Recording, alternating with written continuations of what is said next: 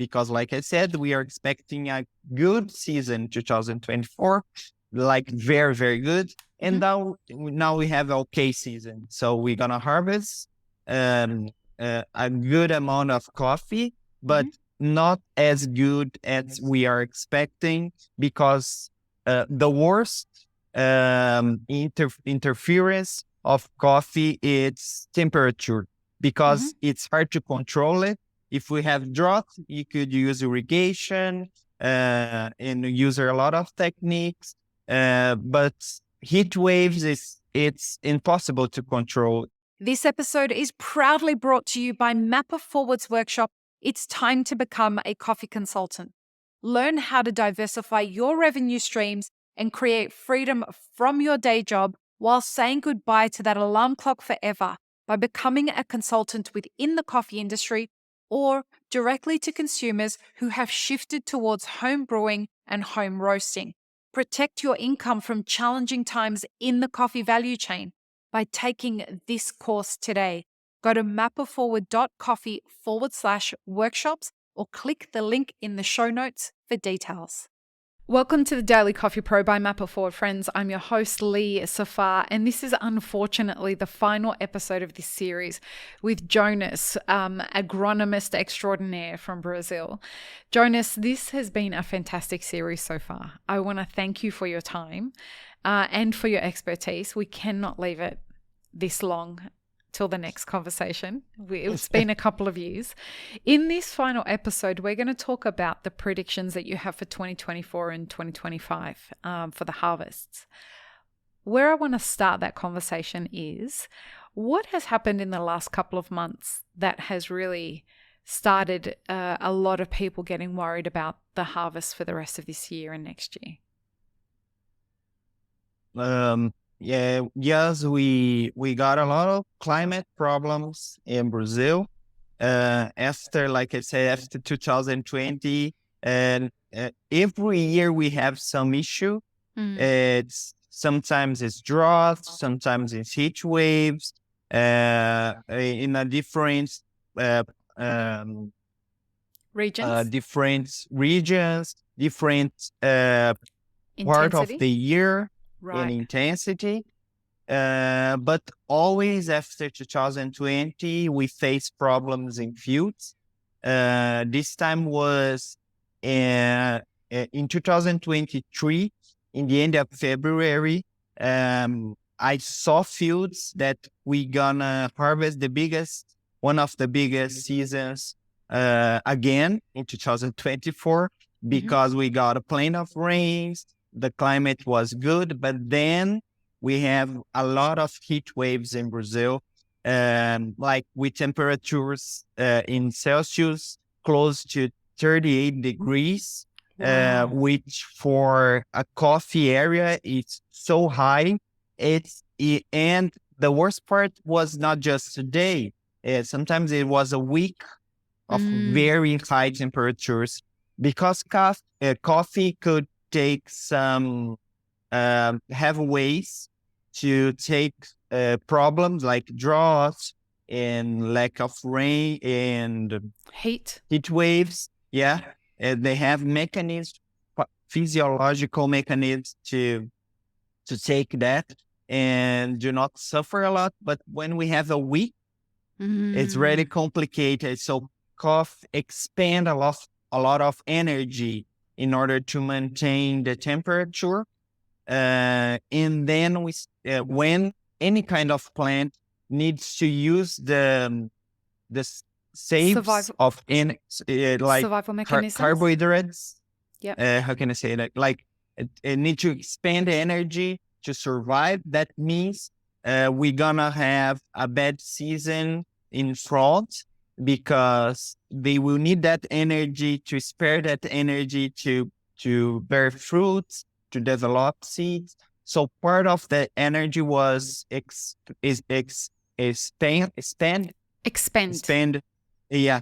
in keeping the coffee tree alive. Then after that, after December, we got a plenty of rains. So the coffee, it's beautiful now.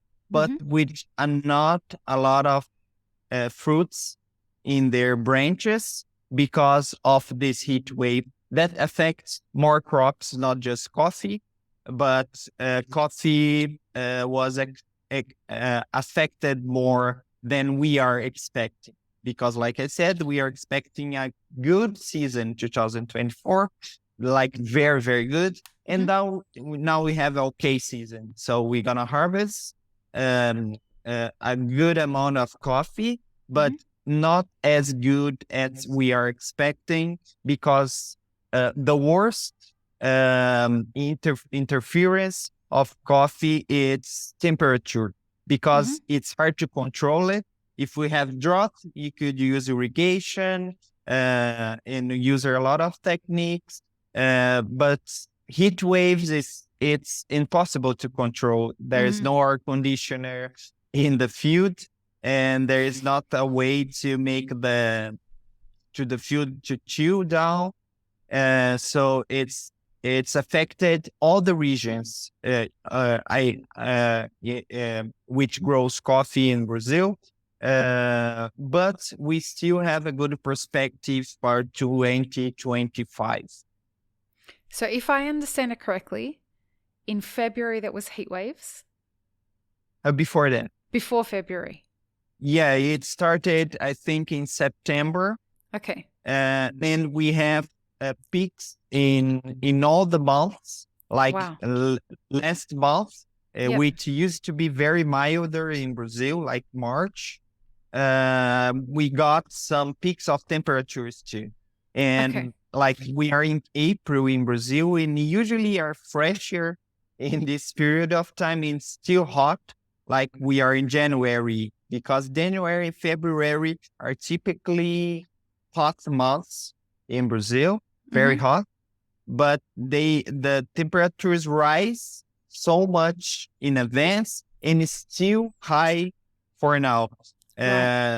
But the most of the damage was caused in September to October and November because we are in the blossom season, and the coffee flowers do not support a lot of heat. It's not prepared for that. The coffee tree could hold the situation and deal with that, but the coffee flowering not. That is why we have this impact in the coffee season, because that's beginning of the heat waves in September, October, and November. So the tree undergoes stress.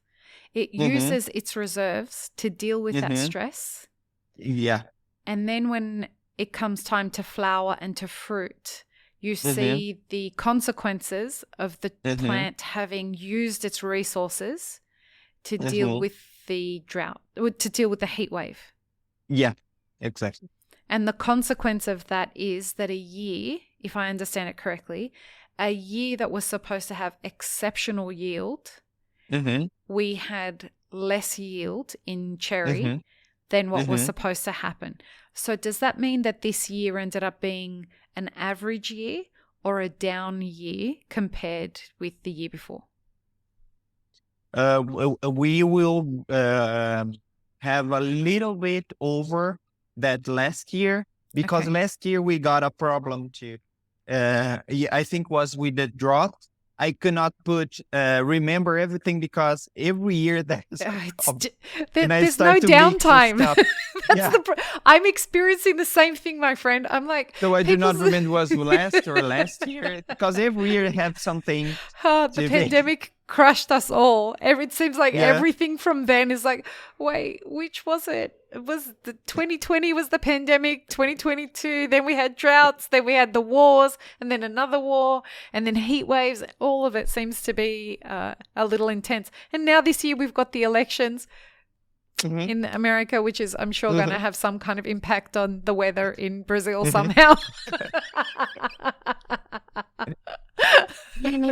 So go ahead.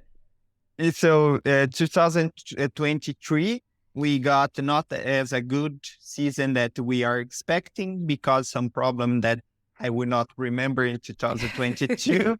And then 2023 was a okay year, a little less, Yeah. but so much less that we are expecting. So 2024 will be a better year than the last year, but not something like fantastic, like 10 million bags of coffee, Right. more than last year, but will be better. Looking for the crop today, Hmm. I'm seeing a good season 2025, but we know their climate, there a lot of stuff that could happen until there. And I think the sea market are seeing that because we are just starting to harvest 2024 season, Hmm. which are not so bad, and the sea market are not dropping as we are expecting, because I think there is a point now that speculator traders and roasters see that we maybe if with the Brazilian season, which are not so bad, but maybe coffee will not be so much available that we are expecting in 2024. And even the good perspectives for 2025 are not certain because there's a lot of things that could happen until there. Mm. And that makes me think what happens with the market that usually thinks no matter what happens, I see a good season in 2025. I don't care if there's some problem or crisis between that. We're gonna drop the prices because there's a perspective. And there's this, for me, interesting to see just not the perspectives of good season and now in next year are not driving the market as its usual goal. Do you think that there's a chance that people are not just speculating on the sea market, but that one reason that the sea price could be going up is because people are actually using it for the mechanism that it is used for? So what I mean is that people may start to realize that coffee is going to get more difficult to get access to.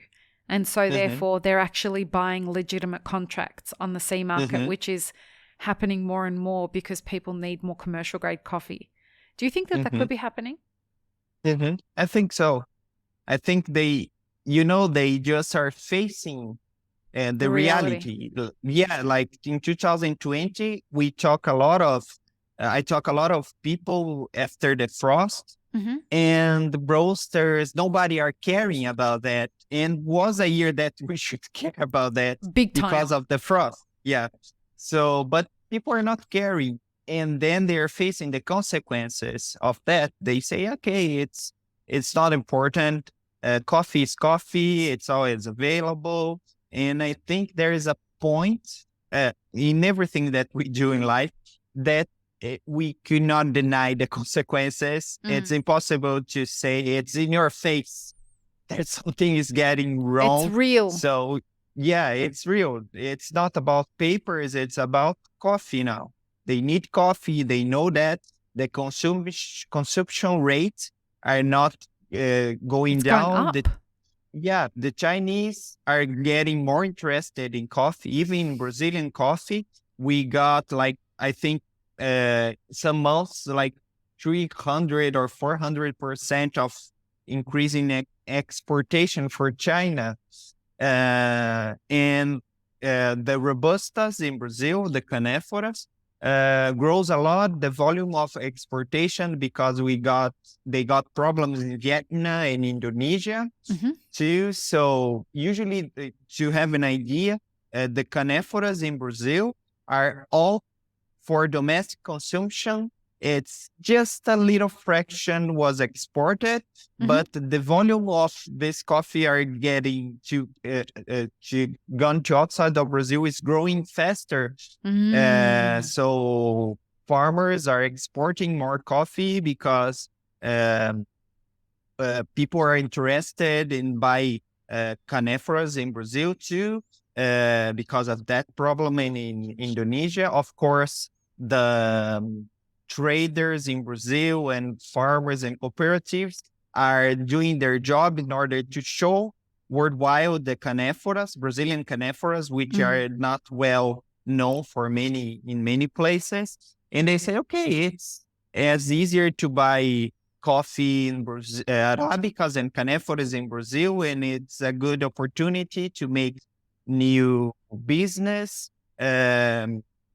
Because even with all the global, with all the politics problems that we had in Brazil, the commercial part in Brazil usually was easier worldwide. So government is not trying to put this advantage, at least until now, to force people. So it's easier to trade coffee, trade anything in Brazil. And there is not a lot of burdens, like barriers to do that. So people start to be interested in caneforas due to the shortage in caneforas and Arabicas. But we are not expanding the volume of coffee.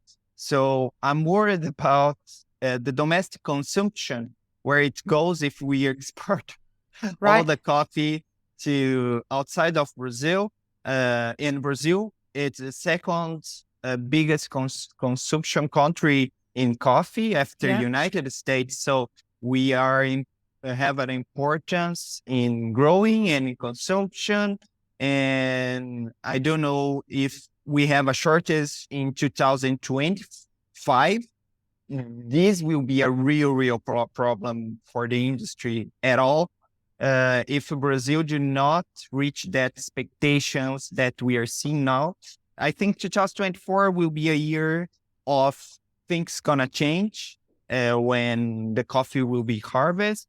But if we face a problem in 2025 again, no matter it's drought, heat wave, or frost, then we'll have a big problem about volume of coffee offered in domestic and international market.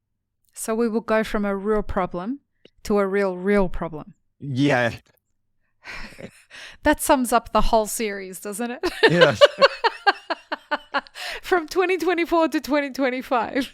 Excellent. From real problem to real problem. Jonas, this has been fantastic. I can't thank you enough. I'm kicking myself that we left it this long before we had this conversation. Thank you for coming back onto the podcast. Where can people get in contact with you if they want to reach out or learn more about the agronomy work that you're doing? Yeah, and most of my work is updated on Instagram account. That's Jonas Coffee Agronomist, which I bring my day on the farms with the farmers, like if I write some article or some interview.